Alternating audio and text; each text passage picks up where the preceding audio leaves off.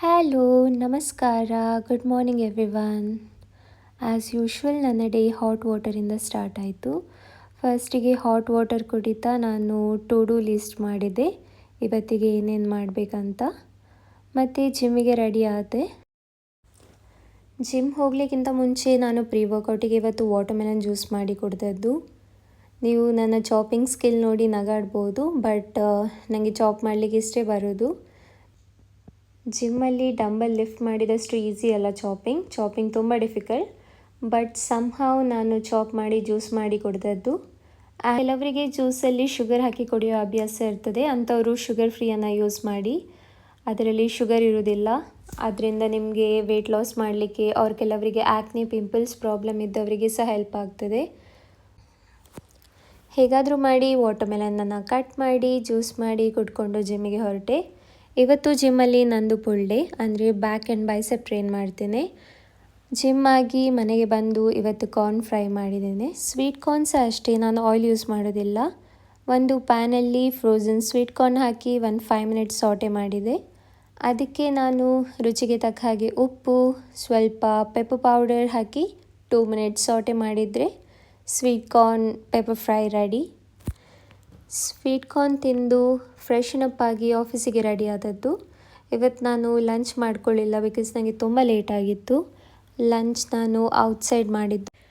ನಾನಿವತ್ತು ಈವ್ನಿಂಗ್ ಪುನಃ ಜಿಮ್ಮಿಗೆ ಹೋದದ್ದು, ವರ್ಕೌಟ್ ಮಾಡಲಿಕ್ಕೆ ಅಲ್ಲ, ಬಟ್ ಮಾರ್ನಿಂಗ್ ಜಿಮ್ಮಿಗೆ ಹೋದಾಗ ಚಾರ್ಜರಲ್ಲಿ ಮರೆತು ಬಂದದ್ದು. ಸೊ ಅದನ್ನು ತಗೊಂಡು ಮನೆಗೆ ಬಂದು ಫ್ರೆಶನ್ ಅಪ್ ಆಗಿ ರೆಡಿ ಮಾಡ್ಕೊಳ್ತಿದ್ದೇನೆ. ಇವತ್ತು ಡಿನ್ನರಿಗೆ ನಾನು ಫಸ್ಟ್ ರೈಸ್ ಮಾಡಿಟ್ಕೊಂಡೆ ಮತ್ತು ಫಿಶ್ ಫ್ರೈ ಮಾಡ್ತಿದ್ದೇನೆ. ಗುಡಿಯನ್ನು ಮ್ಯಾರಿನೇಟ್ ಮಾಡಿ ಇಟ್ಕೊಂಡಿದ್ದೇನೆ. ಮ್ಯಾರಿನೇಷನ್ಗೆ ನಾನು ಖಾರದ ಪುಡಿ, ಸ್ವಲ್ಪ ಟರ್ಮರಿಕ್ ಆ್ಯಂಡ್ ಲೆಮನ್, ಸಾಲ್ಟನ್ನು ಸ್ಕ್ವೀಸ್ ಮಾಡಿ ಮಿಕ್ಸ್ ಮಾಡಿಟ್ಕೊಂಡೆ. ಮತ್ತು 10 ಮಿನಿಟ್ಸ್ ಬಿಟ್ಟು ಪ್ಯಾನಲ್ಲಿ ಫ್ರೈ ಮಾಡಿದೆ, ರವಾ ಫ್ರೈ. ಅದರ ನಂತರ ಪುನಃ ಹಸಿವಾಗ್ತಿತ್ತು, ಸೊ ಸ್ವಲ್ಪ ಬ್ಲೂಬೆರೀಸ್ ಆ್ಯಂಡ್ ಯೋಗರ್ಟ್ ಇತ್ತು. ಈ ರೆಸಿಪಿಯನ್ನು ಎಲ್ಲರೂ ಸಹ ಟ್ರೈ ಮಾಡಬೇಕು. ಇದು ತುಂಬ ಟೇಸ್ಟಿ, ಹೆಲ್ದಿ ಸಹ.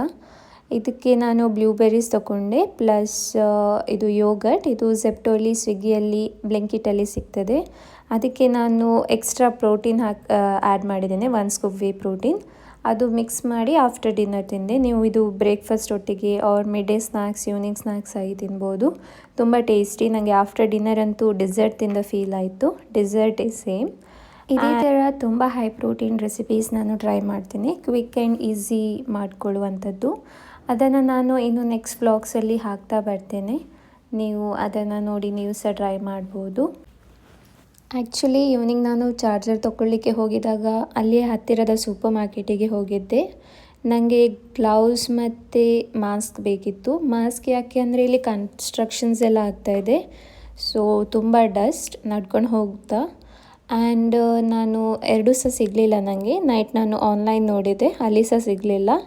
ಸೊ ಮತ್ತು ಝೆಪ್ಟೋಲ್ಲಿ ಸ್ವಲ್ಪ ವೆಜಿಟೇಬಲ್ಸ್ ಆರ್ಡರ್ ಮಾಡಿ ಅದನ್ನು ಜೋಡಿಸ್ಕೊಂಡು ನಾನು ನೈಟ್ ವಾಕ್ ಮಾಡುವ ಅಂತ ಹೊರಗೆ 10-15 ಮಿನಿಟ್ಸ್ ವಾಕ್ ಮಾಡಿ ಮನೆಗೆ ಬಂದು ಈಗ ಮಲಗ್ತೇನೆ. ನಾನು ಸ್ಲೀಪಿಗೆ ತುಂಬ ಪ್ರಯಾರಿಟಿ ಕೊಡ್ತೇನೆ. ನನಗೆ 7 hours sleep is must. So ಈಗ ಮಲಗ್ತೇನೆ. ಓಕೆ, ಇವತ್ತಿನ ವ್ಲಾಗ್ ಇಲ್ಲೇ ಎಂಡ್ ಆಗ್ತದೆ. ನೆಕ್ಸ್ಟ್ ವ್ಲಾಗಲ್ಲಿ ಸಿಗುವ. Until then bye. Good night ಎಲ್ಲರಿಗೂ. ಶುಭರಾತ್ರಿ.